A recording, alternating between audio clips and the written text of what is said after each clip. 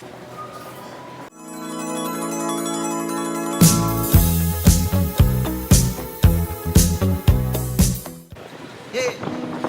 girl, you're so damn fine, though. Wanna know if I can hit it from behind, though. I'm sipping on you like some fine wine, though.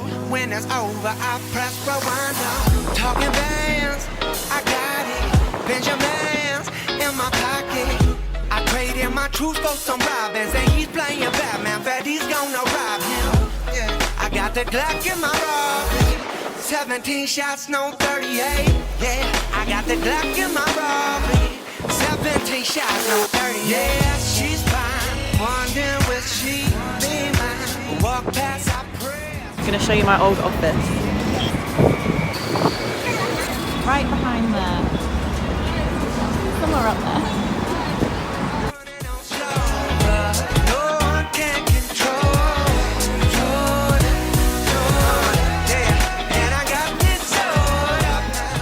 Can I have a medium pumpkin spice latte, please? You want it iced or hot? Hot, please.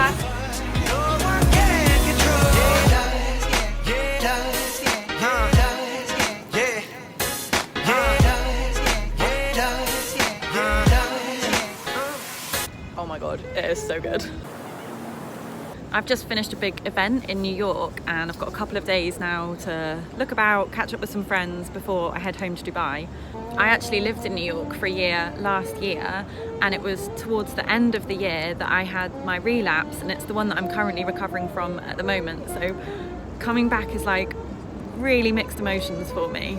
Also, this event we've just done with work is like kind of annual, and the last time I came to the event I was really ill. I was like at the bottom of my relapse, so it kind of like reminds me of the thoughts I used to have and the behaviours I used to do, and they like are triggered straight away, and it's weird because I'm doing so much better than that, but being here kind of throws me back into that headspace. So it's been like an extra challenge this week, to be honest, to not go back there and not act on what I used to do.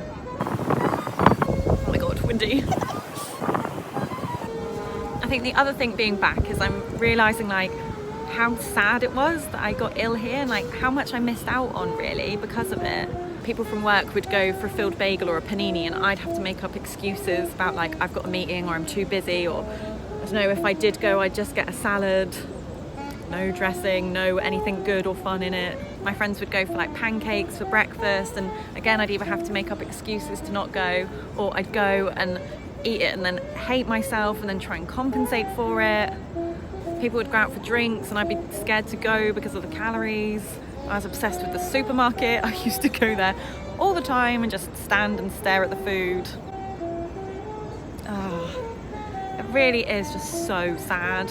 And I didn't really realise at the time because I was just so focused on like that day, like miss the calories that day, hit my targets that day, weigh whatever that day, go to the gym that day. Like I didn't really step back and see the bigger picture of like, I'm living in New York, this is the coolest city ever, the food's incredible. So no, it was all lost on me because all I cared about was like restrict, hit this weight. You know, at the time it felt like the right thing to do. Like I was away, I was homesick, I was stressed at work, whatever, like for whatever reason I needed my eating disorder. It felt like the right thing to do, but now I know it wasn't. So yeah, I feel like anorexia robbed me of a lot in the year that I lived here, and I've got a couple of days here now, and I kind of want to give myself a mission to like make up for it basically, and go and like enjoy the things I wasn't able to do when I lived here, eat the foods that I loved, that I used to just go and stare at and not allow myself, meet people for drinks, go and eat pancakes, like yeah, just try and actually like live in life rather than just try and get through life with my top priority being dodge calories, lose weight, restrict. So I know it's gonna be hard today, like the thoughts haven't completely gone still, like I'm a healthy weight now, I'm doing so much better than I was when I lived here, like I still do have the thoughts, and being here triggers my old thoughts as well. But what life do I want to live? Like what person do I want to be? I do not want to come to New York on a work event and restrict and like miss out on like cookies and bagels and muffins, drinks out, like whatever. Just, yeah, I just want to be in life. So that's the mission for the day. I'm gonna try and take you with me a bit, well, until I'm meeting a friend later for drinks, so I probably won't film then, but for now I'm in Central Park, so let's go and have some fun. That was my first ever pumpkin spice latte. I'm on my way now to the point where Brendan proposed to me. It was like around Christmas time in the snow in Central Park. It was here on the other side of the rocks.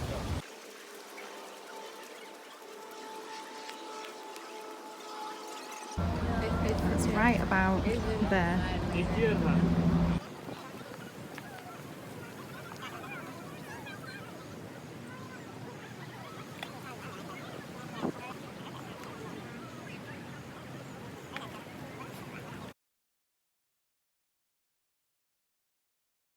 Look! Little tortoises. So I've spent the morning in Central Park, which has been really nice. Visited the spot where Brendan proposed to me, which is so cute. And now I'm gonna go and have my lunch. I'm gonna find a deli somewhere and get a filled bagel. And my challenge is to order it exactly as it comes and not like without cheese or without mayonnaise or low fat, anything, like straight off the menu. Which is terrifying for me, and like during my whole relapse here, I like would not let myself do that at all, so yeah. But I really want to be able to do it, like that is the life I want to live. Like I'm jealous of other people who can just freely order sandwiches without having to have special adaptations or like anorexic versions or compensate like crazy around it, or yeah, some eating disorder bullshit. So order off the menu, no substitutions, eat the whole thing. Right.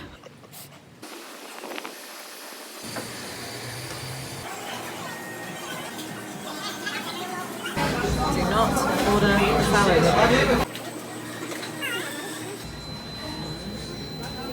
Please can I have a classy chicken on an onion bagel? And toasted, please. Okay.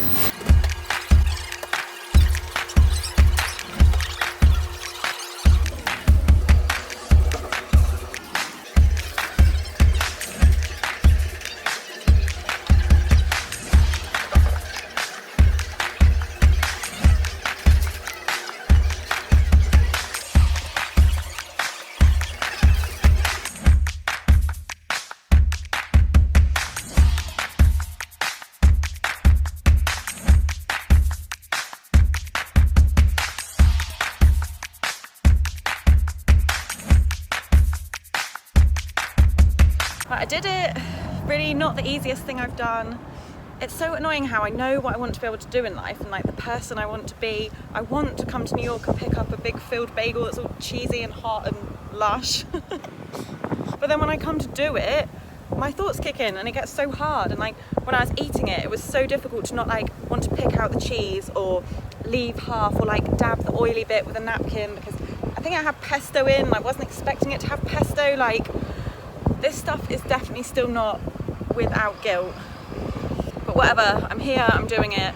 I'm really starting to think it's not about like not getting the thoughts, it's about getting them and not acting on them. Because I think there's that temptation in recovery to like wait until it's easy, like I'll have one when I'm not scared of it anymore. But like literally when will that be?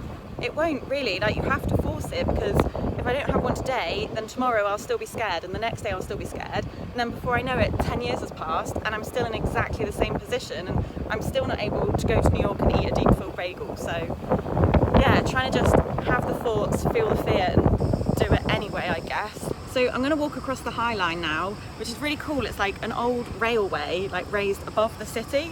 Awesome.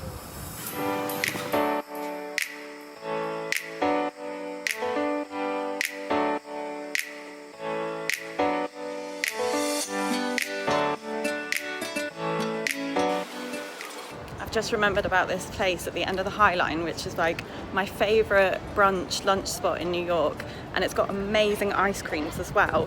And whenever we used to go, I always used to want an ice cream at the end of my meal, but like no one else would be having one, or I'd think, oh, there's too many calories from my lunch, I can't have an ice cream as well, or like I'd be restricting around the meal to allow the meal itself, so like I couldn't have an ice cream as well.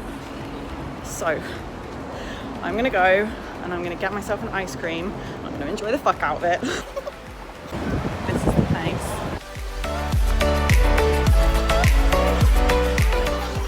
And then here's the ice cream part.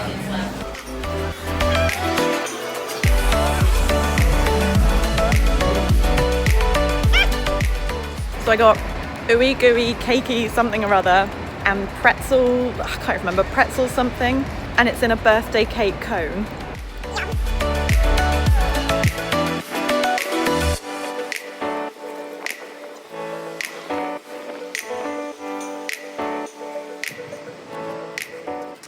This is so difficult to do. Cake.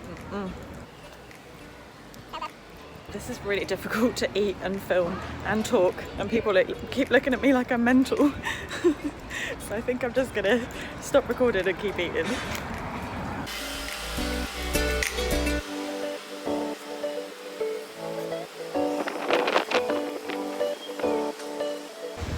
I'm gonna rent a city bike.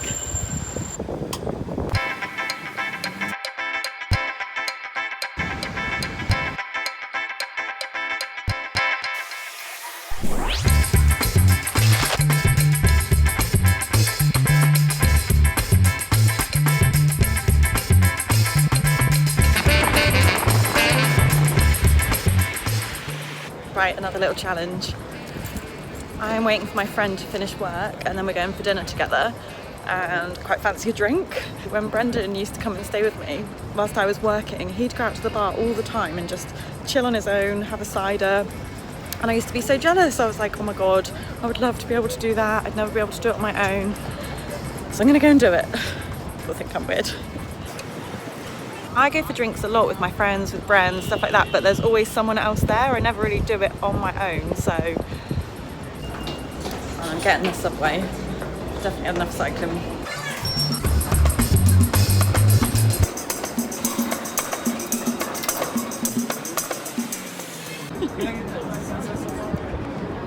Still looks nice.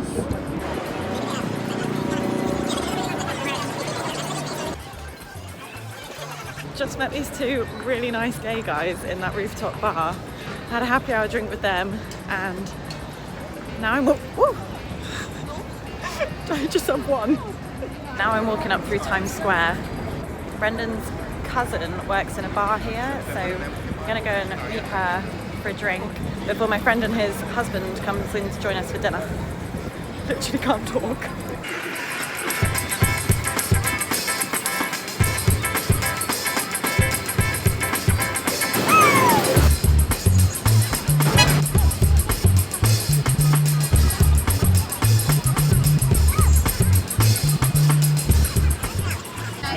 Appletini with a cherry. Yeah. Cherry on top, orange bottom. We call them flirtinis. Me and my husband call them a flirtini. Is it actually a video? Yeah, of my flirtini. Look. What's it called? He's called Brendan. Brendan. Hi Brendan. She's drinking her appletini. Flirtini. Flirtini's all round. Oh, so sweet. This is good. Breathe in. Breathe in.